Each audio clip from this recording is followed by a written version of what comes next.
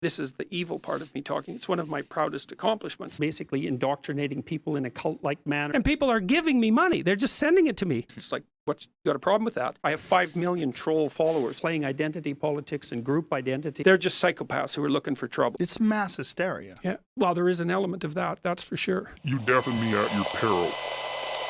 These vacuums, they sure do suck. And you know what else sucks? The postmodern neo-Marxists.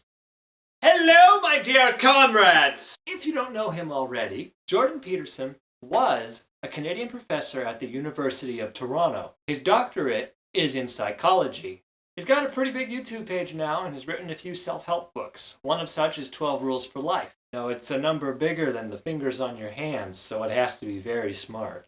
He first got famous a few years back when Canada had proposed the Bill C16 amendment to the Canadian Human Rights Act. But more on that later. You may have noticed that Jordan Peterson has been getting a lot of attention again, especially in recent months. He recently did a speaking gig in my city.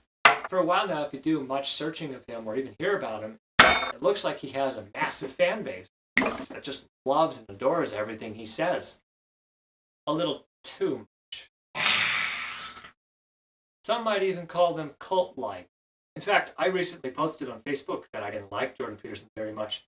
And I got 2 former colleagues of mine leaving me paragraphs of condemnations about my condescending tone. Yeah, they didn't tell me why I was wrong about not liking him, just that I was condescending. Well, they're going to hate this video. Now, I wouldn't call Jordan Peterson a snake oil salesman or a con man in the traditional sense, but I think he's more like a sleazy door-to-door, refurbished vacuum cleaner salesman who then tries to sell you fentanyl. Now, I don't like explaining a joke, but I feel like I kind of have to here. The refurbished vacuum cleaner is a metaphor for the self-help and self-care that he encourages in his self-help books. To most people, it's like, what? I already have a vacuum. I don't need this. But you know, if you've never heard of a vacuum cleaner before, it blows your freaking mind. And at this point, they're already sold on what he's selling them. So they listen to him ramble on a bit like, you know, old door-to-door salesmen tend to do. And the poor, gullible buyers just go, doing all this fentanyl to own the libs. Now see, I'm explaining the joke again. But the fentanyl is a metaphor for his insane ideology, okay? I am not saying that Jordan Peterson is a drug dealer. That would be defamation. I'm comparing the ideology that he sells to the destructive and addictive nature of fentanyl. You get it? Jordan Peterson is not an actual drug dealer. Make note of this. It will be important later. Now, I think it's fair to say that for most people, if some random guy comes up to our front door and he starts telling us about a plot by postmodern neo-Marxists to destroy this nation, we'd say, get the hell off my property, and shut the door in his face. And likewise, for most people, if some random guy comes to your door and tries to sell you vacuum cleaners, you go, get the hell off my property, and you shut the door in his face. But apparently, some people have never learned how to take care of themselves. It's like they've never seen a vacuum cleaner before. These people, they didn't shut the door in his face. No, they let him in. They made him tea. They made him lunch. They bought the fentanyl. And by the time the rest of us figured out what was going on, it was too late. They were already hooked on his product. It begins! Now, as I mentioned earlier, Peterson first got famous in 2016 for protesting the proposed amendment, Bill C16. Now, Peterson really hated the C16 amendment. He claimed that it was so vague that it was authoritarian and would force compelled speech. His message was really appealing to a lot of people. You know, hell yeah, free speech.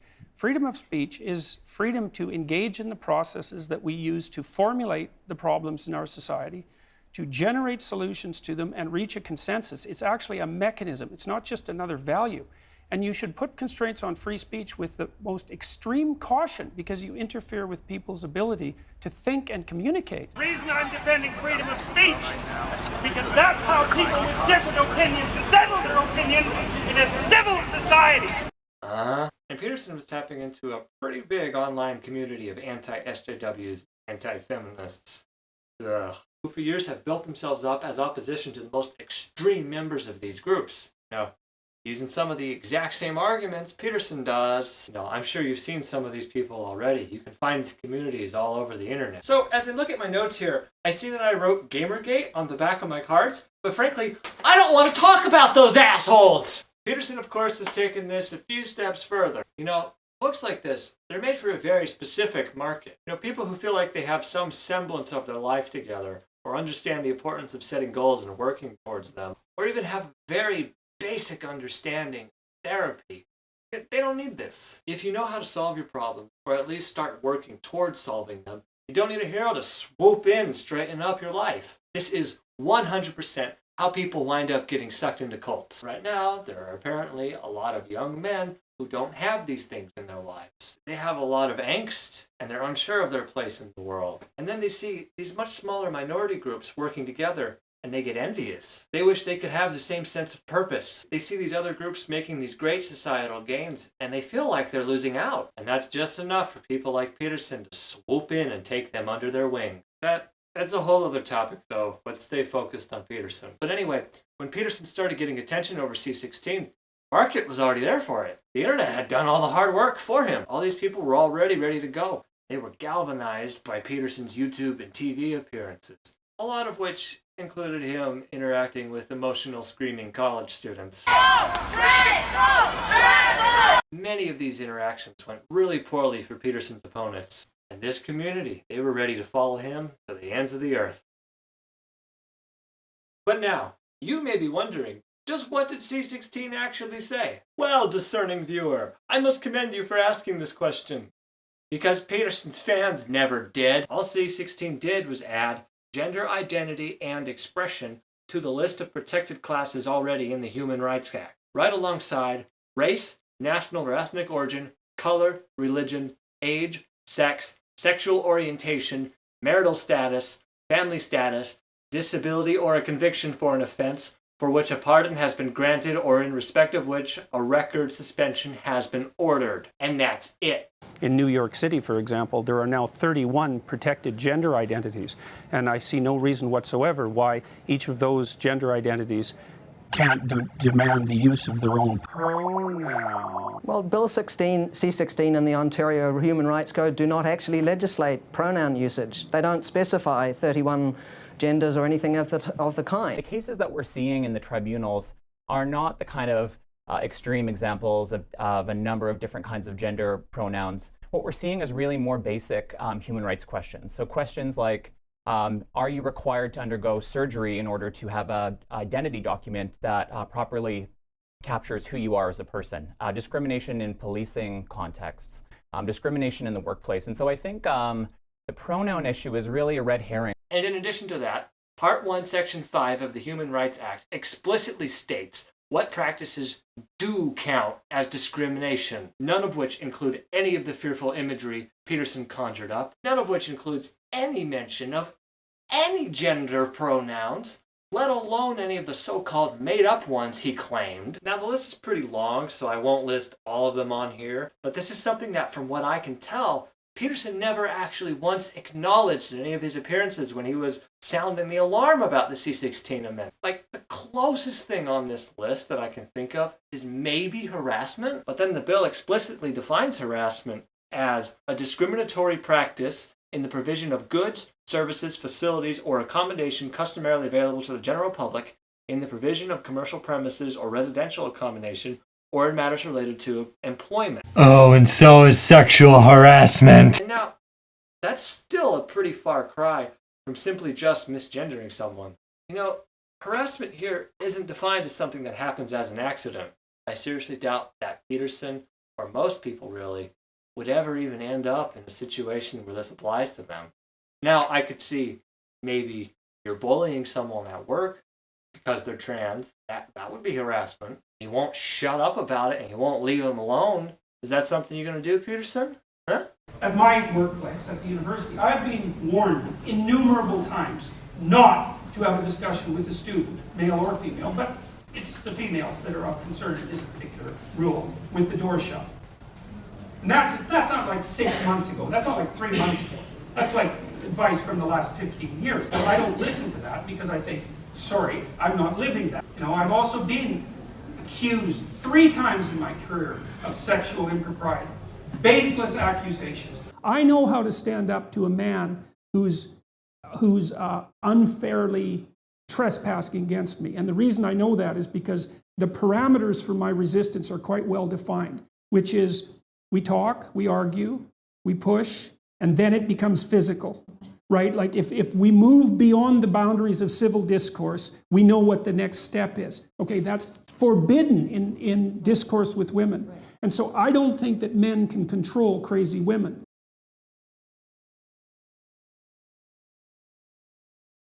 Now, at some points in these debates, Peterson actually gets called out on this. And when this happens, he pivots to say it's not C16, but something with the Ontario Provincial Code. It's not written precisely in Bill C16, it's written in the Ontario Human Rights Code. So, Peterson, Petey, it sounds like your problem wasn't actually with C16, but rather the provincial government. But you weren't really protesting the provincial government, were you, Peterson? Want to see something? Make you mad? The Global News article on Bedford is returning Ontario to a 1998 sex ed. Some teachers are fighting back. So the teachers are saying, I think it's more of a human rights issue, right? This is teaching our little kids. Fucking pricks. Huh. It's almost like he lied.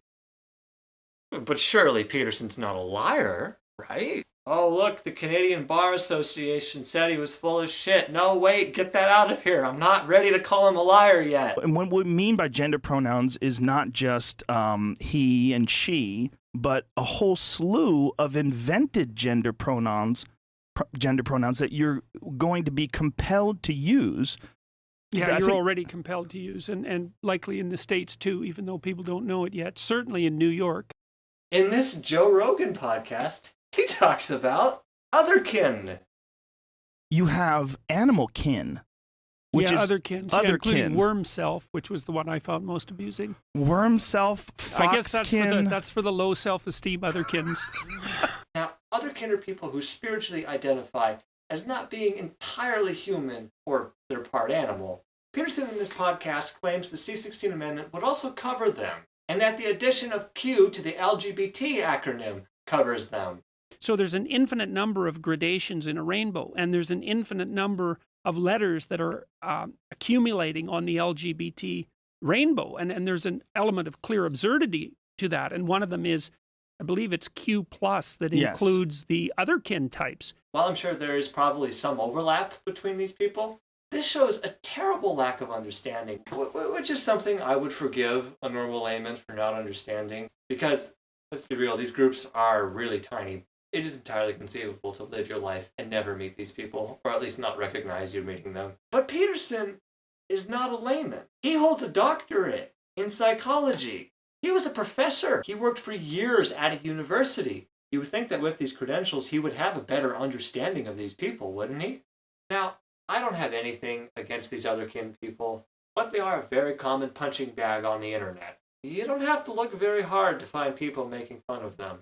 These two guys, of course, they bring the otherkin up so that the viewers will associate them with the C16 amendment and transgender people. This is people that truly believe that they are in the wrong body and that they should have been born some form of animal and would like you to refer to them as this animal. Now, by lumping these people together with these people, it makes all of them look really, really crazy and really easily dismissed. Or elf. Or elf. Or fairy. Or fairy. I've seen pixie. Yeah. Pixie-kin. I haven't seen Pixiekin. That's a good one. But just get on Tumblr. Got to get on Tumblr. Right, yes, absolutely. That's where it all goes down. It should also be noted that C16 did pass, and that by the time of me making this video, what I can tell, Peterson's claims about C16 have not happened. The authoritarian government he warned about has not begun jailing people over the misuse of pronouns. From what I can tell, Peterson has not suffered any consequences from the passing of the C16 amendment. Do you think it's reasonable for people that are asexual, people that really are uncomfortable with the idea of being a man or a woman? That's not what asexual means, Mr. Rogan. You know, in my reading of this bill, and the already existing Human Rights Act, a thought occurred to me. Why is it that Peterson objected to the addition of gender identity and expression, but not once objected to the rest of protected classes already existing in the Human Rights Act? So Section 318 sets out a series of identifiable groups,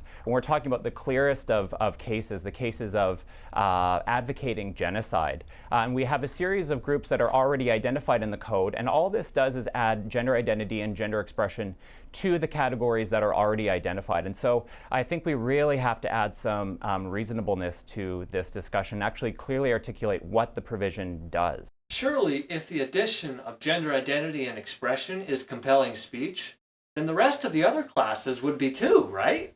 It couldn't be that he's actually a traditional conservative acting out on his transphobia. Now, this is conjecture on my part, but it pertains to Jordan Peterson, so that's okay, because presenting conjecture as fact is all he ever does whenever he opens his stupid mouth. But my second conclusion, and I think the much more likely one, is that Peterson saw the potential to make money and fame off of this. He capitalized on it. Peterson himself is a self-proclaimed, unabashed capitalist. He's this evil guy. He's an evil capitalist, which I immediately admit to. It's like, yeah, I'm an evil capitalist. It's like, what's got a problem with that? I'm an evil capitalist. I'm an evil capitalist. I'm an evil capitalist. Now, again, I don't really have too much of a problem with that. You live in a capitalist society, you're gonna do some capitalist things. Lots of people pursue material wealth or possession so that they may fill the dark, ever-consuming void of existence. But most of us don't go on TV sounding the alarm about the tanky liberal, homosexual, transmission fluid, bananarama, evil communist, transgender, postmodern neo-Marxist, coastal elitist, Zionist, Satanist, pizza shop conspiracy to destroy the West by protecting minorities. Nailed it. That's not exactly how he words it, but it's pretty close. Goddamn capitalist. He's making more money off this ideological warfare. As I mentioned before, there was an online community of people ready to eat this outrage up. Peterson was easily able to tap into them. This is the evil part of me talking. It's one of my proudest accomplishments, let's say, because I figured out how to monetize social justice warriors. I shouldn't say this, but I'm going to because it's just so goddamn funny. I can't help but say it. I figured out how to monetize social justice warriors. That is what it is. I know, it's so funny. How's that? Because they come out and protest against me, and then my Patreon account grows. Oh, yeah. And that just irritates you sell tickets, them. your Patreon just account grows, you irritates get them subscribers. to death. He's been uploading videos regularly to YouTube, by the way, for over 5 years now. The first video of his was uploaded in 2013, but if you look at the Social Blade stats of his page, you'll see that he only really started getting popular and started getting a lot more subscribers right around the time he started showing up on TV protesting this bill. Jordan Peterson has a Patreon, by the way. And on the crowdfunding site Patreon, he hauls in $65,000 a month. Could be as much as $750,000 annually. He doesn't display how much money he makes anymore, but he's currently sitting at $9,750. Oh, he's down from when I started this video. And people are giving me money. They're just sending it to me. I'm not twisting their arm. I'm not even asking them for it. Combine this with all his appearances and his lectures, probably safe to say he's well into the 7 figures. Kind of colors things a little, don't you think? Of course, Peterson himself explained in one of his videos, if you're not sure why someone is doing something, look at the consequences. And so to me, there's an old psychoanalytic idea. I think this was derived by Jung. If you can't figure out what someone is doing or why, look at the outcome and infer the motivation. This explosion of wealth and popularity has been a great consequence for Peterson. Color me jealous. Well, financially, it's been a boom, right? I mean, Yes. It's not a coincidence. So much for being silenced by the radical left. Oh yeah, and on that topic, have you noticed how he describes anyone to the left of him? They are the postmodernists, pushing progressive activism at a college near you. At Wilfrid Laurier University, where a teaching assistant was had her feet held to the Maoist flames for daring to show a video expressing my views. I don't want to go on for too long about what he calls postmodern neo-Marxism, or really analyze the way he talks in his rhetorical style. Some other much more fabulous and more eloquent people than I am have made much, much better arguments against these things than I can. Normal people do not care about this. But to sum it up for you, because postmodernism, in many ways, especially as it's played out politically, is the new skin that the old Marxism now inhabits. what Peterson has done has taken postmodern philosophy and Marxist philosophy and lumped them together. Two things that really aren't that similar. Even the French intellectuals had to admit that communism was a bad deal by the end of the 1960s. And what happened was that they played a sleight of hand game in some sense and rebranded themselves under the postmodern guise. And that's where identity politics came from. And so, and then that spread like wildfire from France, especially into the US, through Yale University. And Peterson attributes this generalization, indoctrination, conglomeration, abomination, creation of his, to people he ideologically opposes. And he claims that all of this is conspiring together and has taken over universities and governments and apparently even some corporations. The postmodernist types have infiltrated bureaucratic organizations at the mid to upper level. And that's actually what they're trained to do by their activist professors in university. And once he lumps all these boogeymen together, he just dismisses all of their arguments. Oh, so you think morality is subjective? I bet you would, you postmodern neo-Marxist. Next, you Marxists will be telling me you support gay marriage. Australia is holding a plebiscite on whether to legalize gay marriage. I'm against the Yes campaign, but only because it's backed by cultural Marxists. I'm curious to hear your views on gay marriage.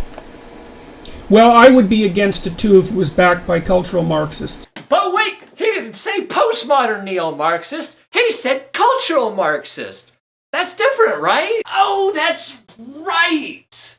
Cultural Marxism is the conspiracy theory that the Frankfurt School and communists are trying to destroy Western culture. It's popular among alt-right people, white nationalists, neo-Nazis, and this stems from the actual Nazi Party and their propaganda that they pushed called cultural Bolshevism, in which the Jews and communists were conspiring together to destroy Germany. I'm not making that up. Now, most of the time lately, Peterson doesn't use the term cultural Marxism. Now, he's smart enough to cut on to the implications, shall we say, that the term cultural Marxist has. So he slightly tweaked it so he uses postmodern neo-Marxist. Oh, that's totally different, right? Oh, and I'm sure these extreme groups that believe this stuff, they totally see the difference, right? See, he does this so when someone challenges on it, he can claim that's not what he meant. This way he can still appeal to those really crazy and really racist people who do believe this stuff. It's why people like this tend to show up at his events. Could Jewish individuals use a position of power to seek out revenge against places like Europe and Russia that have a history of expelling Jews? So, Peterson slipped up here when he said cultural Marxist. I got you, Petey. You didn't get your dog whistles right. I understand that clip alone makes it look like he misspoke. He was just reading what someone else asked of him. But this is not an isolated incident. Here's a tweet he made about an article called Cultural Marxism is Destroying America. And here is a 43-minute video of him literally repeating verbatim every single point of this conspiracy theory. One of the main players in this entire drama is a French philosopher named Jacques Derrida, who I think most trenchantly formulated the anti-Western philosophy that is being pursued so assiduously by the radical left.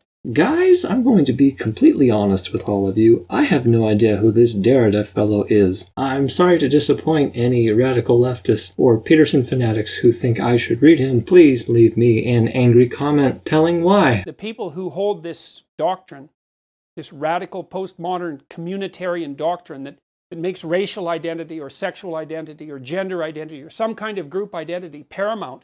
You see a real danger of some sort of renewal of a neo-Marxist tendency in society. You certainly see that in the universities. The universities in North America and to some degree in Europe as well, are, especially in the social sciences and the humanities, are completely dominated by a left-leaning political agenda. There's no comparison between Mao and a trans activist, is there? Why not?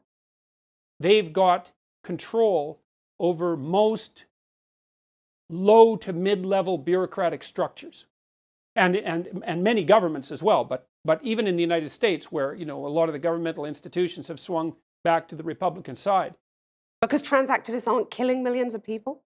The philosophy that's guiding their utterances is the same philosophy. You know, he spends an awful lot of time rambling about these people destroying the world and whatnot. But if you look closely at what he's saying, you may notice that he never actually gives any evidence. He always speaks in these big, broad terms, but he never names any names. He never gives any real examples, does he? That's because if he did, he realizes he definitely would be sued for defamation, and he would lose. Now, I'm not calling old Petey a Nazi, but I am saying, you know, it's like poetry. It rhymes. I do imagine that neo-Nazis probably do need help getting their lives together, though. So, now it is important that I explicitly say that I am not calling him a Nazi. Because, ladies and gentlemen, this is where the video gets really good. Jordan Peterson is suing a university for defamation of character, and he is seeking $1.5 million in damages. I concluded that Wilfrid Laurier had not learned what needed to be learned and launched a claim of my own this week. Now, in the full context, a professor showed a clip of Peterson in her class, and she got in trouble over it. She was told that playing a clip of Peterson was like playing a clip of Hitler or Milo Yiannopoulos, and that shown without context, it can be contributing to a hostile environment. Logic being, if you're not condemning it or explaining it in any way, you're kind of condoning it. Oh, and by the way, this was said in a private conversation. Yeah, it wasn't in any publication or an official stance by the university. This is a supervisor giving his opinion to reprimand an employee beneath him. Yeah, and Peterson's suing over that. Yeah, the same Peterson who talks about how much he loves free speech. The reason I'm defending freedom of speech, $500,000 for defamation. because that's how people with different opinions settle their opinions $500,000 for injurious falsehood. in a civil society. $500,000 in punitive damages. There are a few points in his lawsuit, a lot of which are focused on doubts to his credibility. Now, I'm not going to go point by point over all of his claims because this video would be hours long. I'm just bringing up some of the most relevant parts. One, in fact, is that they accused him of charlatanism. D. Peterson exhibits charlatanism. The statements made by Rambukkana, Pimlott, and Joel infer all of the above, including, but not limited to, that Peterson is unsavory, sexist, misogynist. You have this crazy alliance between the feminists and the radical Islamists that I just do not get. Is there an attraction? Is there an attraction that's emerging among the female radicals for that totalitarian male dominance when it comes to this serious business of sex? Women will choose a testosterone-charged world wrecker most of the time. Dangerous, racist. The only other rational reason is that, well, the West needs to fall, and so the enemy of my enemy is... exactly. Homophobic. Although gay men tend to be more promiscuous than average, probably because there's no women to bind them with regards to their sexual activity. Transphobic. Analogous to Adolf Hitler. Well, I would be against it too if it was backed by cultural Marxists. And incompetent in his profession as an author, teacher, and professor. Do you feel like a serious woman who does not want sexual harassment in the workplace, do you feel like if she wears makeup in the workplace that she is somewhat being critical? Yeah. Okay. I do think that. And when men are talking to each other in any serious manner, that underlying threat of physicality is always there. If you're talking to a man who wouldn't fight with you under any circumstances whatsoever, then you're talking to someone to whom you have absolutely no respect. And we're false. And we're false. And we're false. He's suing them for telling the truth.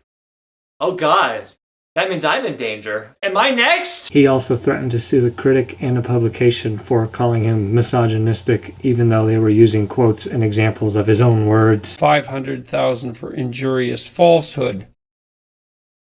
I know what his fans, what his cultists are going to say. They're going to do that bit where they say, freedom of speech is not freedom from consequences. It's very satisfying to use your opponent's arguments against them, and this is something I've heard quite a lot in condemnation of racist stuff.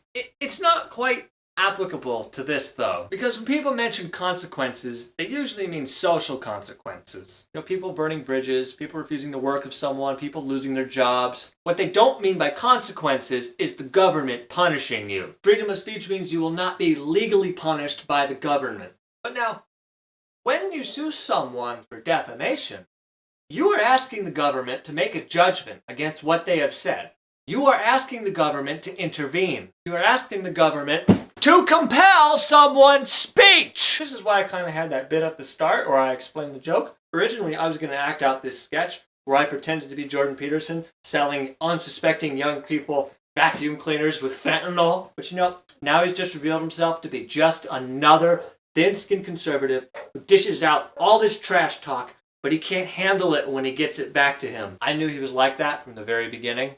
Why I started writing this video. So I'm being kind of careful to avoid a defamation lawsuit. Shut up, dog. But if I did my original sketch, it would strengthen any defamation case against me. God, shut up, you dog! So when I say that Peterson is selling fentanyl, I mean he's deliberately targeting people who are in a rough spot in their lives. He's trying to build up a following who will fund him and take part in his crusade. They get so addicted to him and the conflict that he pushes and sells, they don't want to stop. And if you look online, it's like anyone who criticizes him just gets mobs of his followers rushing to defend him. Ideologically directed misrepresented hit pieces posing as news reporting are very dangerous. I am a graduate at the Carleton University School of Journalism. I have a bachelor with honors. This is not news reporting. This was the weakest attempt at a hit piece so far, and government backed, no less.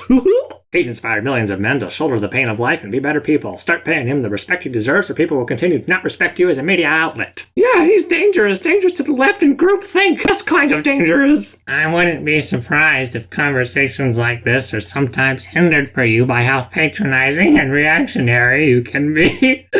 Oh my god. Reactionary has a real definition. I know Peterson likes to redefine words, but it's a bad look for you. I've heard plenty of arguments for and against Jordan's positions, and I didn't think any of yours would be novel. You know little to nothing about my position on Jordan Peterson. Feel free to ask me about it, but don't jump to conclusions. That is a two-way street. I never said I'm not interested in hearing your arguments. Reread what I said.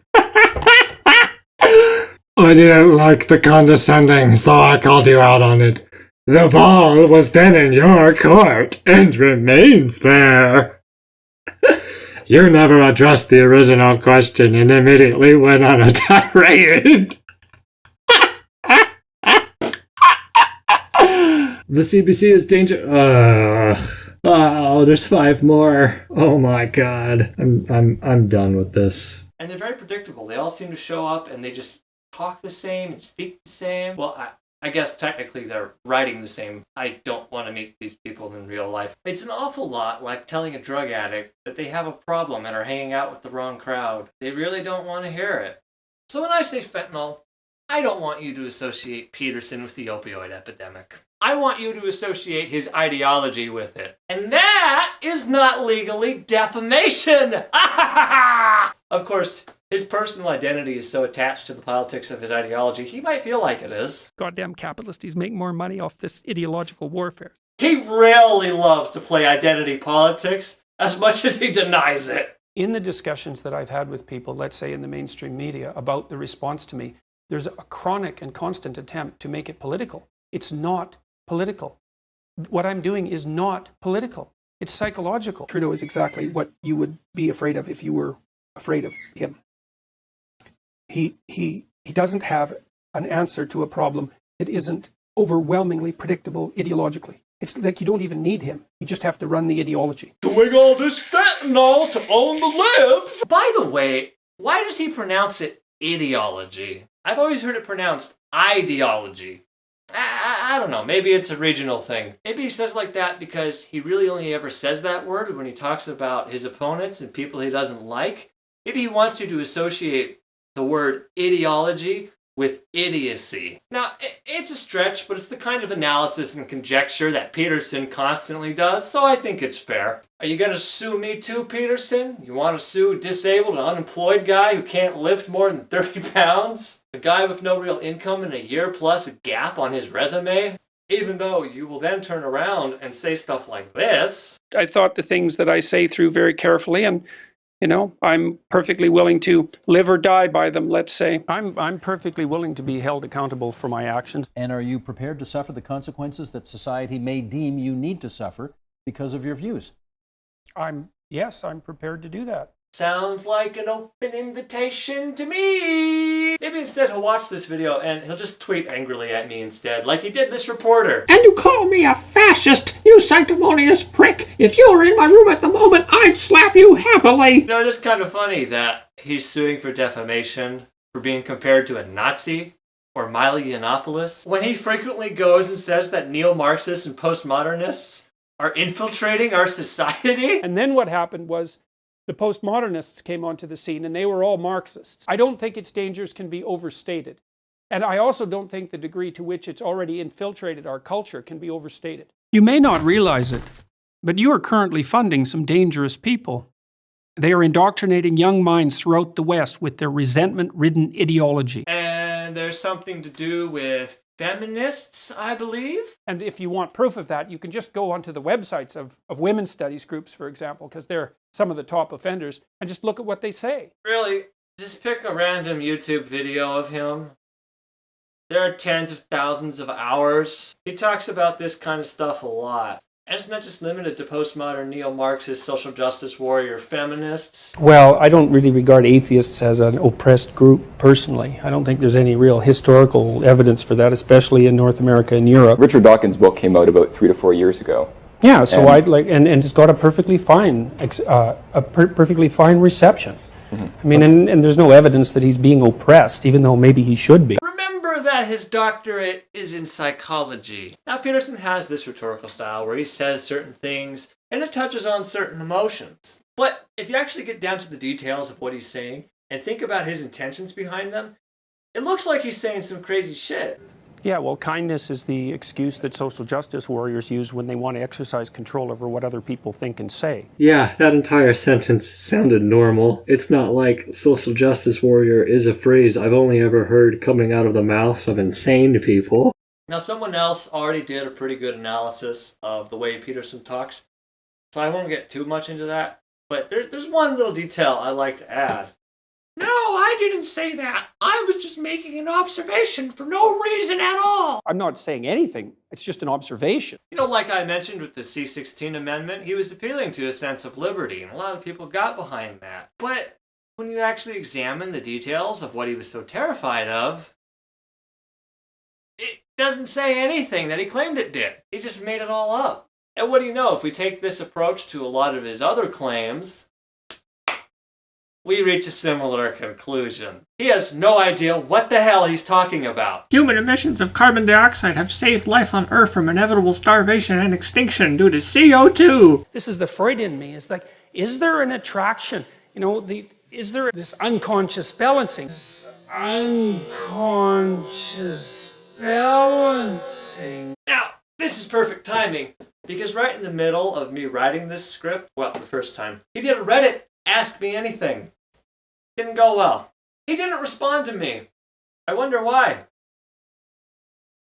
Anyway, one of my favorite comments was from user Best Trousers, who after giving context about when Peterson had been wrong about economics in the past, he asked him, what is the mechanism you have been using to check the accuracy of the claims you make about economics, or other fields you are not an expert in, and what can we economists, or other experts, do to help you better understand these fields? Peterson instead responded with a justification of his past comment and took it as an opportunity to talk about why the gender pay gap isn't driven by any form of discrimination, ignoring the sources that was given, and didn't answer the question. Best Trousers called him out on it, and Peterson responded a second time without answering, just so he could once again say the wage gap isn't real. Now, this may seem like a needlessly stubborn refusal to acknowledge that you're wrong, but to the audience he's already amassed, He is saying, I am right.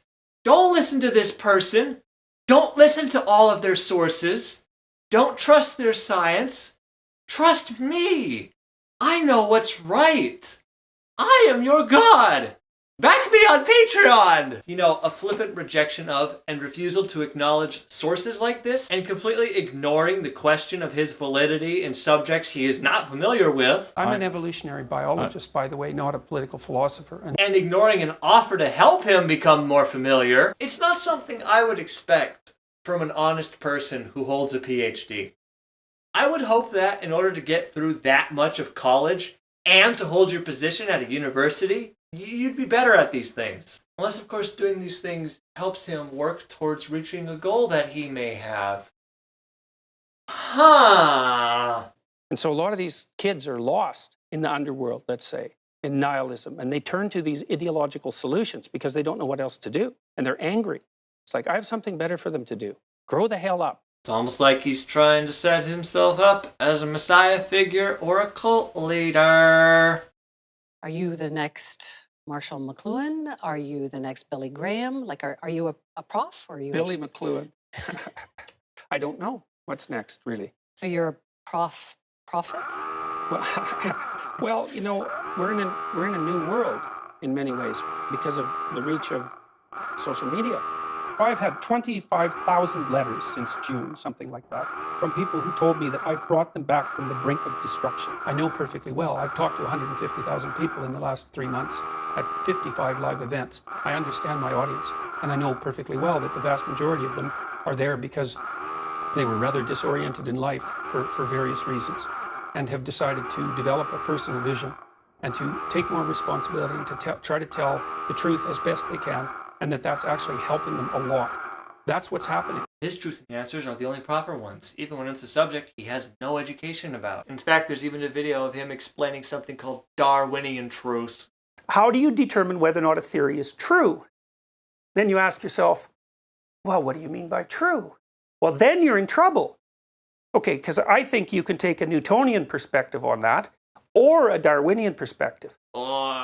He has this idea of truth, and that truth is whatever helps the human race or a person survive. So Nietzsche said truth serves life. Okay, in some sense, that's a Darwinian idea. Okay, if it's true enough so that if you act it out or hold it, that increases your chances of survival and reproduction over long spans of time. And if he genuinely thinks he's a messiah figure, then all these lies and ridiculous bullshit is going to help him reach that goal to help the salvation of humanity.